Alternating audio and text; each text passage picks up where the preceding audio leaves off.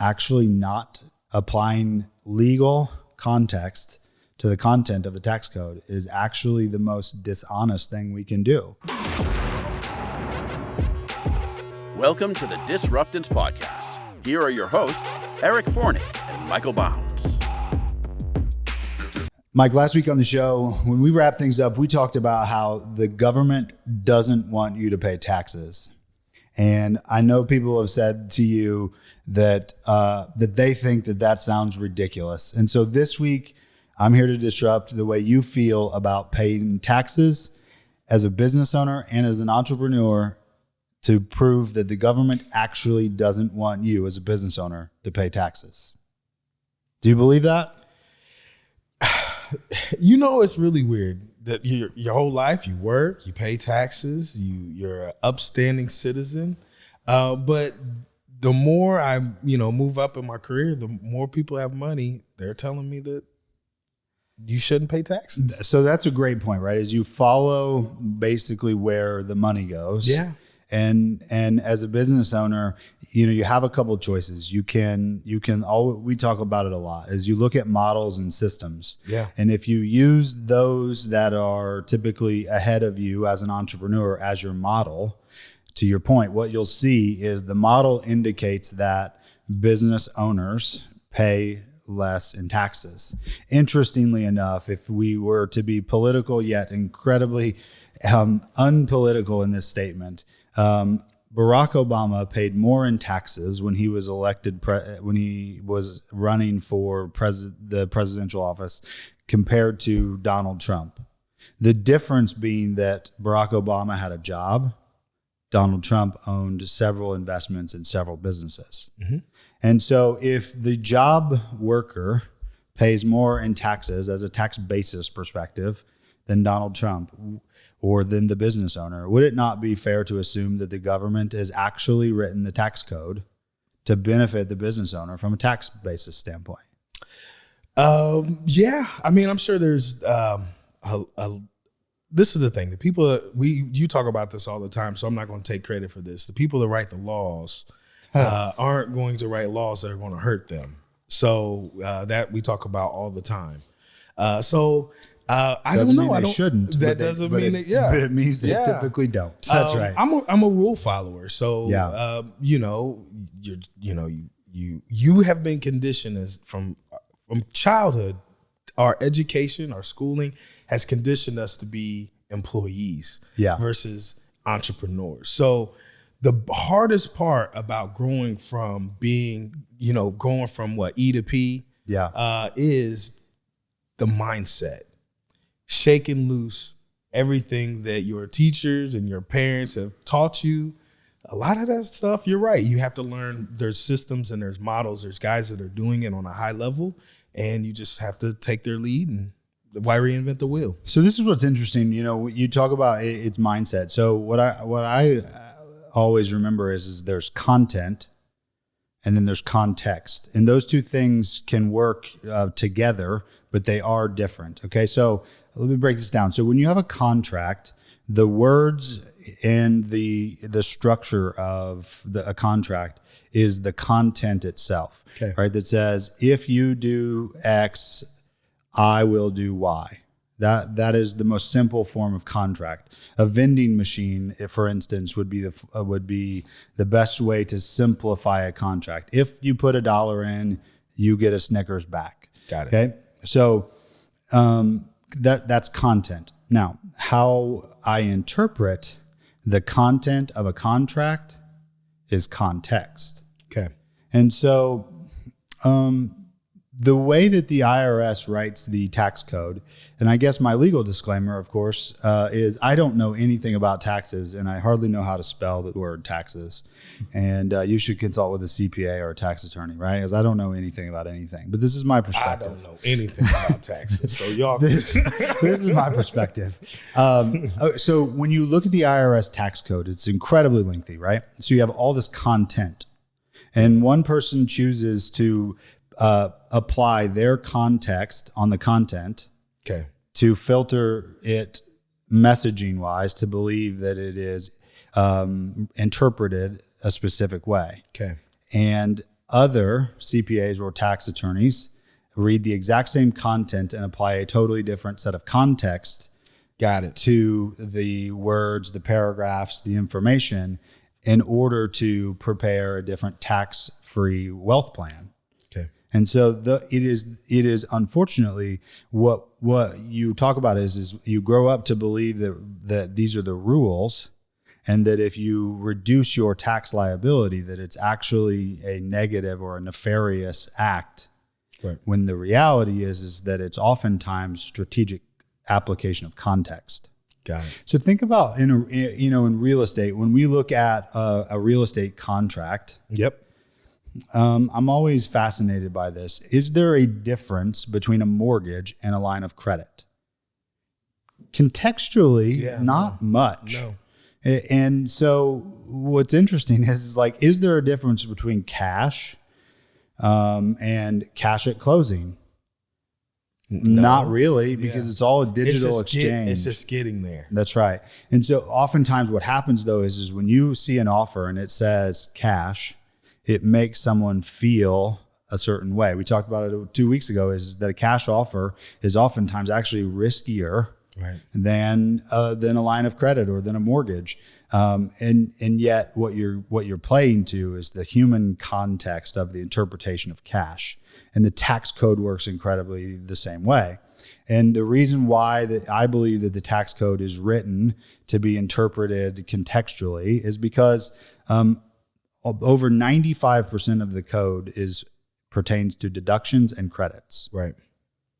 So if there was no incentive or there was no benefit for the economy and for the U.S. government to include a significant amount of the content about deductions and credits, they wouldn't do it. It wouldn't be there. It would be really simple and really clear. You know what? That's the one thing 2020 has taught me, is that, look deeper, because you're absolutely right. It would not be there if they did not want you to take advantage of it. So some things that I think, we kept talking about this the other day, is the concept of taking advantage has a negative connotation to it, right? It's like if it so like kicking somebody while they're down. Yeah, exactly. Yeah. And that's not what the tax code is meant for. So the tax code is not meant to take advantage in a negative context. In fact, if any of you have watched Jerome Money Printer Powell at the Fed do his monthly address here about the monetary policy that is full of our helicopters, full of money that just rain down stimulus everywhere. The two things that Jerome Powell is really trying to stimulate is employment and GDP. Okay. So the tax code is written to do those two things. As a business owner, at the end of the day, you really have two major roles in the eyes of the government, the IRS, which is to generate employment and to generate profit. Right. And it is the profit that allows you to actually put people to work. Right. And the belief via trickle-down economics, the belief via, you can debate whether it's political or not, but is that if you as a business owner pay nothing in taxes or low amounts in taxes, then you will hire more people and put those people to work. Mm-hmm. This is the concept of the velocity of money, which is if I make $100, I have a choice. Will I save $100? Probably not. That's what we see about human behavior is if I make $100, I'll give it to you to do something with, and then you'll give it to Tyler, who gives it to Kate. And this becomes the velocity of money as everyone circulates the musical chairs of money. And so the IRS code is written in a way in which stimulates the velocity of money for business owners to create and generate employment. Yeah, I totally see that. There's been a divide. A little bit. Like there's been a lot of a divide. While there's, and that I think is kind of, the issue is that, in theory, you're right. Trickle down sounds like it would be good, but the divide, what it's doing, it's actually showing that the people with the most money are saving it. Yeah. And then there's people. So I don't know. So well, we could go into that. It's interesting though. Yeah, I agree with you. And there, from a philosophical or from, I can go down this mental rabbit hole at times, but there is, there's the secondary thought that technology is delaminating some of the classes or the wealth gap, right? So Jeff Bezos, for instance, has he's exponentially multiplied. He's killing it. I mean, Musk and Bezos made more money in the pandemic and now have a greater net worth than 40% of the American population combined. Right. Two people have a greater wealth than 40% of the U.S. population, the wealthiest country on the planet. And they ain't paying no taxes. Or low taxes, that's for sure. remember, Elon Musk the most profitable thing they do, other than Bitcoin now, is sell their tax credits. So they're selling their tax credits from the government to their competitors. And Nancy Pelosi bought options, future contracts on Tesla and Elon Musk in essence, which tells you, roughly the direction of policy, whether or not it should or should not be allowed. When your Congress and senators announce where they're investing their money, you could kind of guess where policy might go. Yeah. And so the tax credits that Elon Musk and Tesla receive are one of the most lucrative things that they do for the company, which again tells me that the government has written the tax code to benefit the business owner. Yeah.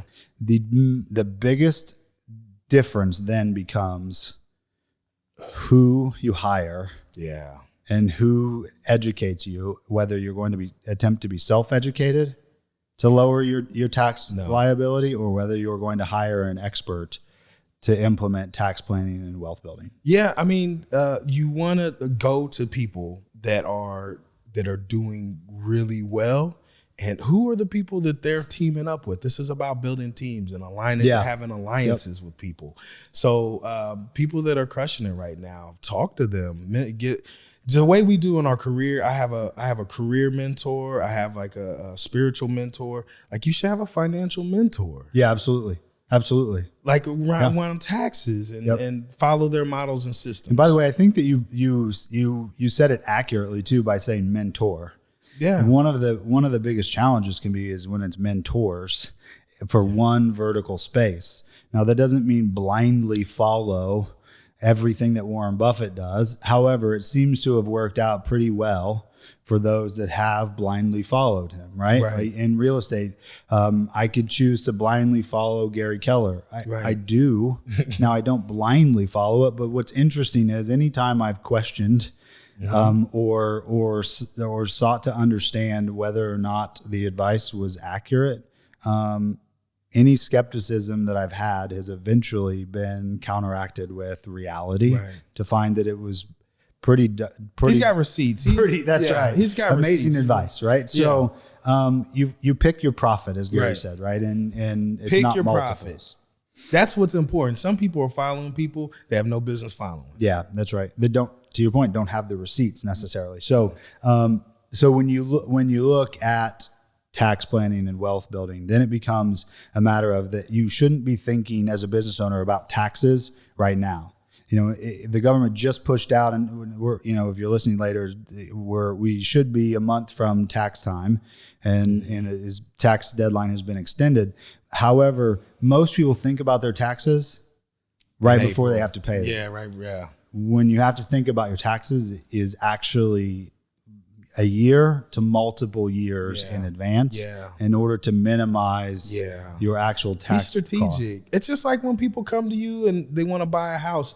They come like right before their lease is up, and then guess what? They got to renew their lease. Or what if they come in a month or two before, get them pre-approved, you've got to massage certain things. So just being proactive.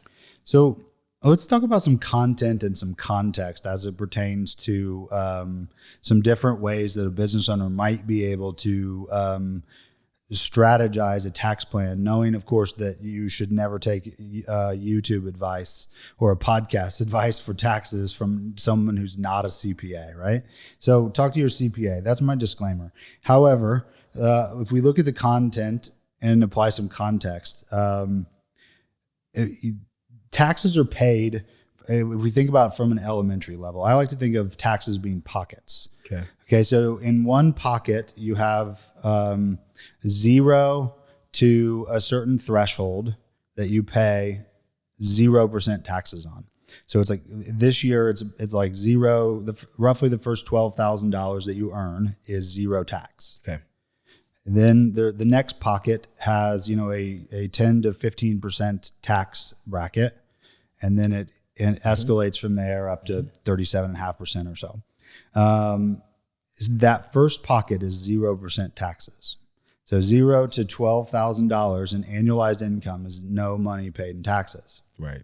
And so if you were looking for a way to earn 0 to 12,000, pay nothing on it, oftentimes one thing that people will look at is hiring their children. Right. And because if you hire a minor and you are their legal guardian, then you are able to be the custodian of their earnings. Okay. And people will say, well, yeah, but my child is 4 years old. How could I hire them and put them to work in my business?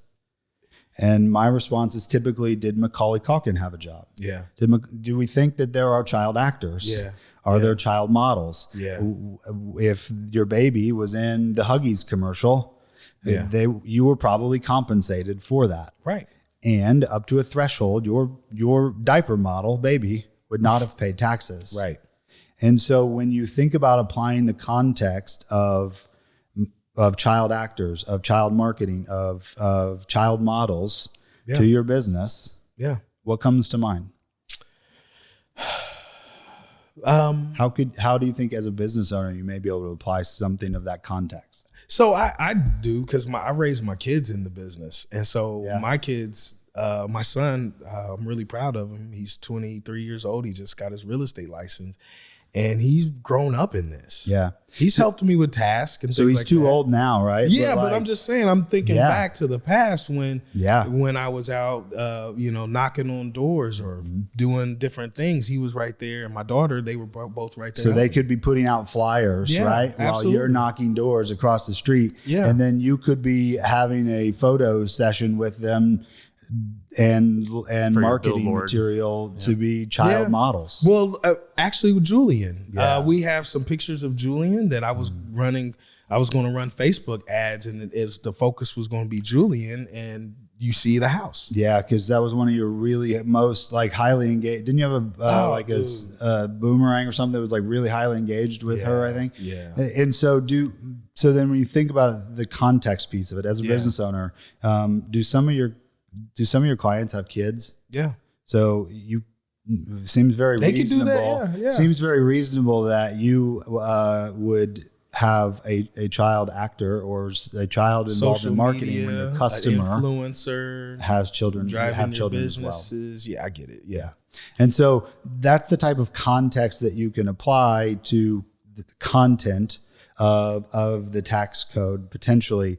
The challenge becomes where people break down is believing that because they read language or a contract or tax code a certain way, that's the only application of it. Well, I don't think people are reading the actual contract. Wait, they should be. It's really exciting. I think that's where the problem lies, is in the ambiguity. I just don't think people know. And they hear this is, and then you hear your mom or somebody of authority telling you that this is what this means, when in all reality, there's people reading this and saying, that's not what that says at all. You know what really opened my eyes to this in real estate especially was when we looked at contracts, I used to get, I've taught this class for, 3 or 4 years now about how to win multiple offers every time. Mm-hmm. And there were 2 agents that quit the company the first time I taught it because it was divisive. They were totally pissed that I was interpreting the contract to potentially read one way that they just vehemently were opposed to. Right. And my entire point of the class is not to say what you should or should not do. It's to expose a different way of thinking about the content. And what I've really noticed is that wholesalers in our industry are beating the pants off of real estate agents. Yeah. In acquiring houses to sell and acquiring listings. And the reason why, in my opinion, is they're not fixated on the traditional content of the contract. It's outside the box. They're thinking like, you remember that little thing where all the dots and you can't lift the, that's what they're doing. Yeah. And so what you're looking for then as a business owner is how do you find an expert in that field that is familiar with the content, but willing to apply a different contextual perspective onto the content itself so that you can build a plan. And so if you're thinking about as a business owner, how do I do this? Well, one, there are actual like organizations where all they do is specialize in low to no tax business wealth planning. And you know, the goal is to get your tax liability as a corporation under to 20% or so that you can accelerate the velocity of money and ideally employ people, spend money at your house with construction, you know, employ as many people as possible. The economic machine works by velocity of money. Absolutely. And so reducing tax liability helps with that, because what the IRS knows is that the more money you earn and keep, the more money you spend on other taxable events.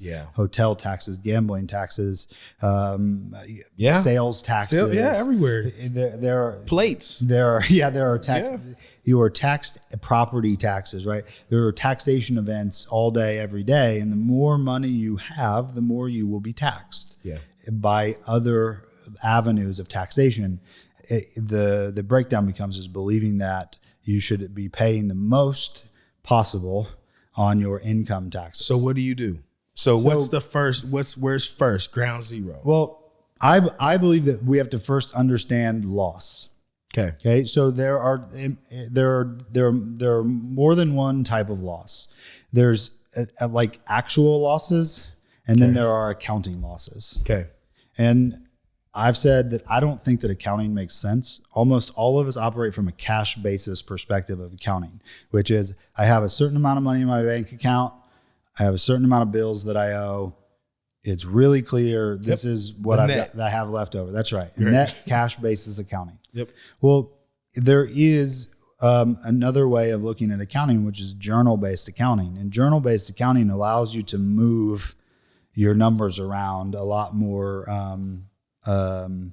strategically, oftentimes for shareholders, for investors. In our case, Keller Williams is a journal-based accounting company because we have profit share. Right. And so in order to provide a distribution to our shareholders, we use journal-based accounting, which means that maybe we have, well, I know for sure June in real estate is always better than January. Right. Journal-based accounting would allow me to have an expense in January, not realize the loss in January on paper, but realize the loss in June when revenue is higher. Got it. So that our shareholders could get a distribution both in January and in June. Right. And then you don't have shocks to the system. That's right. You have more of an even distribution of profit distributions in our case to the shareholders.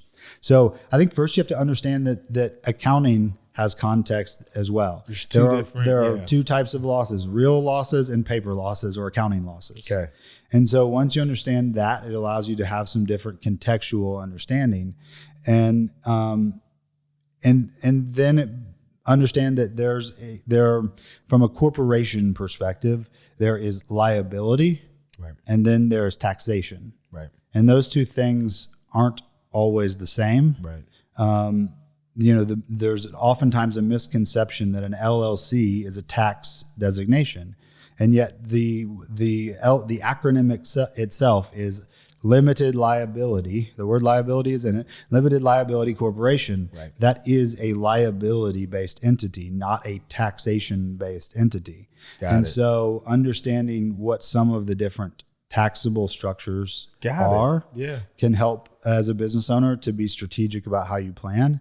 And then I would consult with multiple financial advisors and multiple CPAs to find who has who's willing to educate you the most on the initial appointment. Yeah. So that you collectively can build a tax-free wealth plan from there. One of the best resources, if you were going to self-learn on taxes and you decided that you wanted to be a nerd like me and read, right, 800 pages of the CARES Act or something, then you could consume content from Tom Wheelwright. His company is called Tax-Free Wealth. Oddly enough, pretty simple. They got really creative, but straight to the point. But Tom's content to me is really, really good. And that's one of the channels that I watch from a nerd perspective of taxes. Got it. Because more and more, especially in 2020 and 21, the tax code has changed to benefit entrepreneurs. 4 million businesses have gone out of business in the last 12 months. That's crazy. 4 million business owners have gone out of business. Yeah. And there's no guarantee that more will not go out tomorrow and next week, next month. Right. We are at a position where we have no real guarantee, not that we ever did, but we have less of a guarantee on business stability today than we did 12 months ago, certainly. Right. And so business has always and will always be impermanent.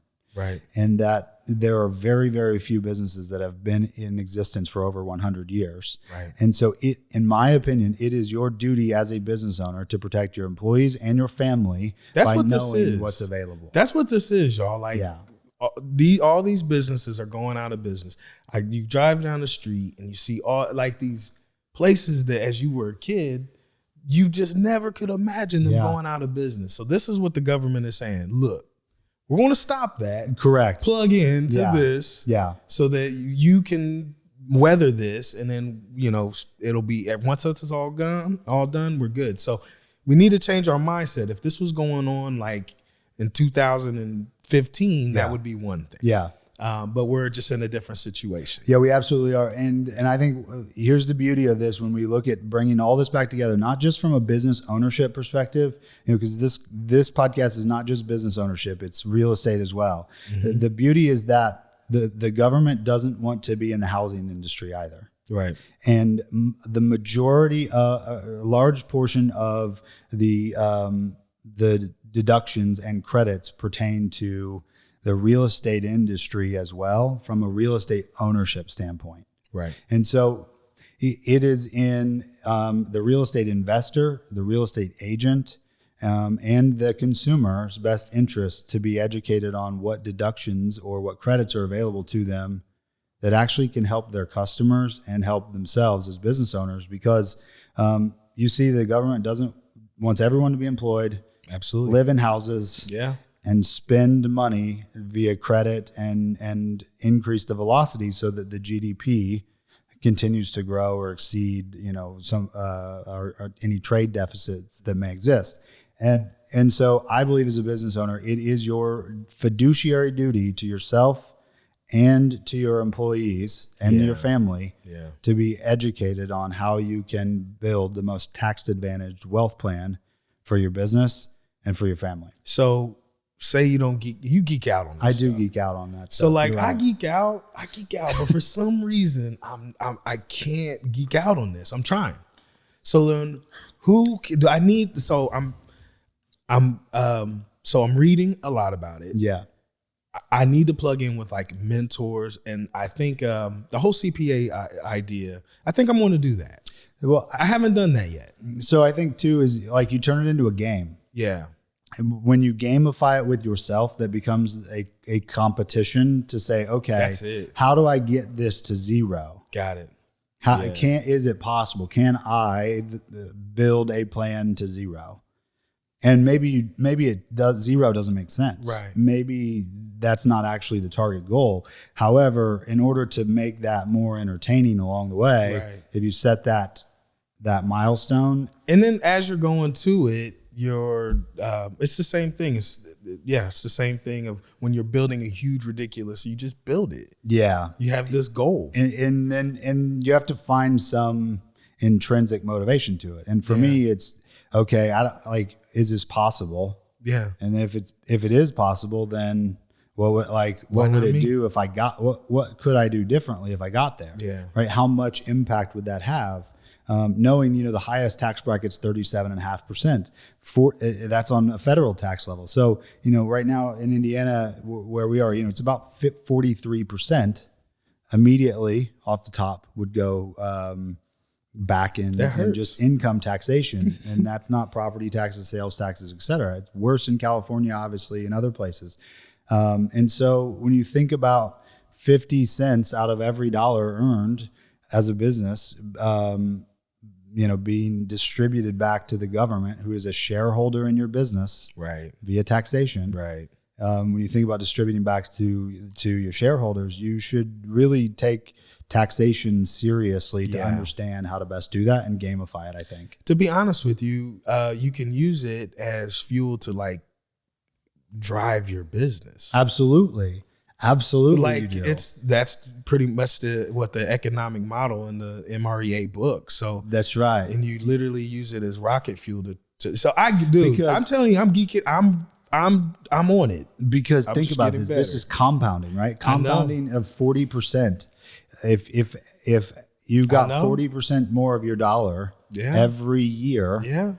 How many leads exponentially grows. How many people you can employ, how many. I get it. That's right. What kind of, and probably most of all. Lives you can change. That's right. And what kind of freedom does it create for you and for other people around you? Yeah, they're like that. I see that. So it's a mindset change, which you started was, am I being disobedient or dishonest by not following the rules?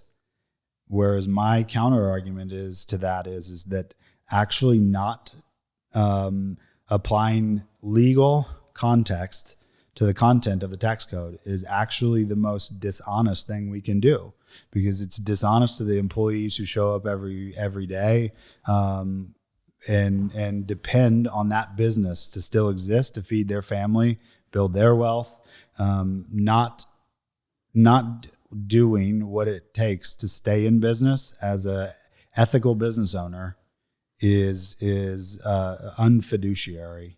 Absolutely.